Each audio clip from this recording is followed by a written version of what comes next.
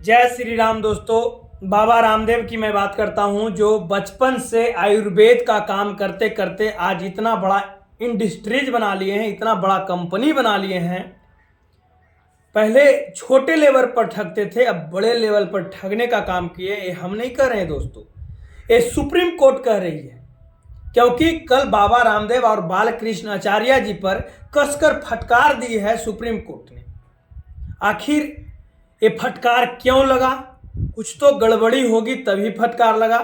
क्योंकि ये फटकार झूठे विज्ञापन चलाने का फटकार इन पर जोर से लगा है दोस्तों।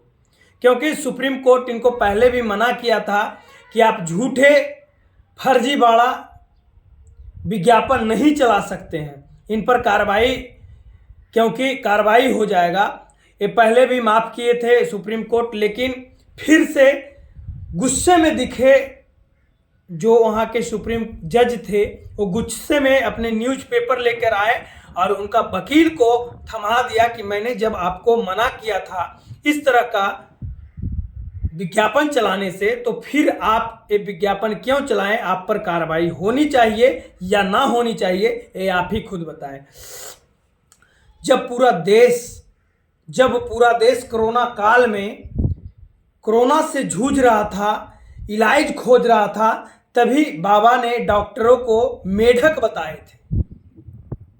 मजा तो तब आएगा दोस्तों जब बाबा आज खुद मेढक की तरह से टर बोलने लगे हैं। क्योंकि बाबा का कुछ ऐसा इलाज है, कुछ ऐसा दवा है जो काम नहीं करता है, लेकिन बाबा उसका प्रचार, जैसे शहद ले लीजिए, जैसे आयुर्वेद का ये नाम, जैसे अंग्रेजी दवा जो हम लोग कहते हैं, अंग्रेजी दवा, इनका डॉक्टरों का, इनका दवा का हर समय ये मजाक उड़ाते रहते हैं, हर समय इनका बेइज्जती करते रहते हैं। लेकिन मानते हैं आयुर्वेदिक का कुछ ऐसे कंपनी है जैसे डाबर, झंडू और तमाम ऐसे बहुत सा कंपनी है जो अच्छे, जैसे उनका शहद खाइएगा तो दूसरे किस्म का लगेगा, लेकिन पतंजलि का शहद खाइएगा तो लगेगा जैसे चीनी है।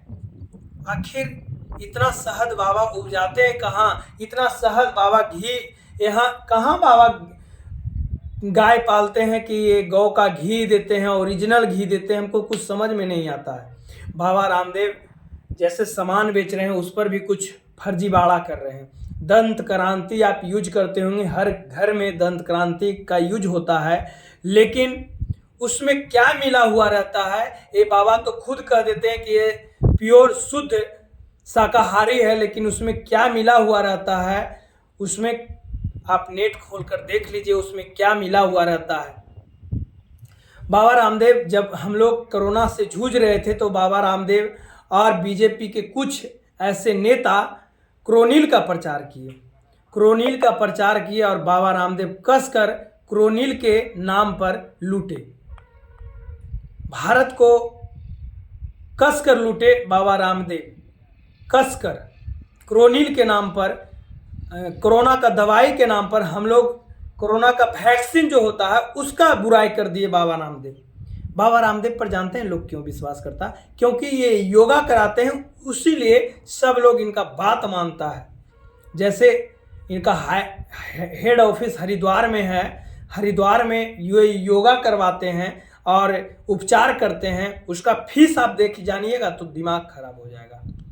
चलिए दोस्तों, मैं बताता हूँ कि बाबा रामदेव किस तरह से भारत को लूटने का काम कर रहे हैं। बाबा रामदेव किस तरह से गलत विज्ञापन देकर बाबा रामदेव भारत को और आयुर्वेद को नाम पर फर्जीवाड़ा करते हैं। बहुत फर्जीवाड़ा ये कर रहे हैं। बाकी के लिए जय हिंद दोस्तों।